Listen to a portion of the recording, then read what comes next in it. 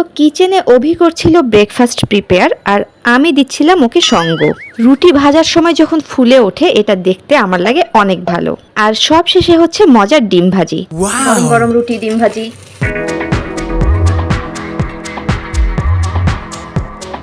তো নাস্তা চলে আসছে টেবিলে, কিন্তু অভি আসেনি।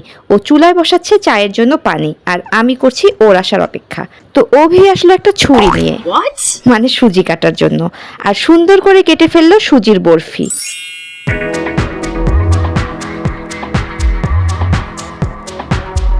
এই যে রেডি আমার নাস্তার প্লেট। তো শুরু করে দিলাম খাওয়া, আর সাথে আমাদের ননস্টপ গল্প।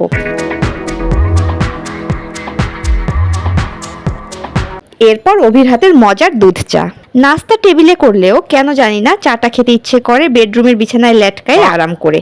তাই চা নিয়ে আমরা যাচ্ছি রুমে। তো আজকের মতো এ পর্যন্তই, আর দেখা হবে নেক্সট ভ্লগে।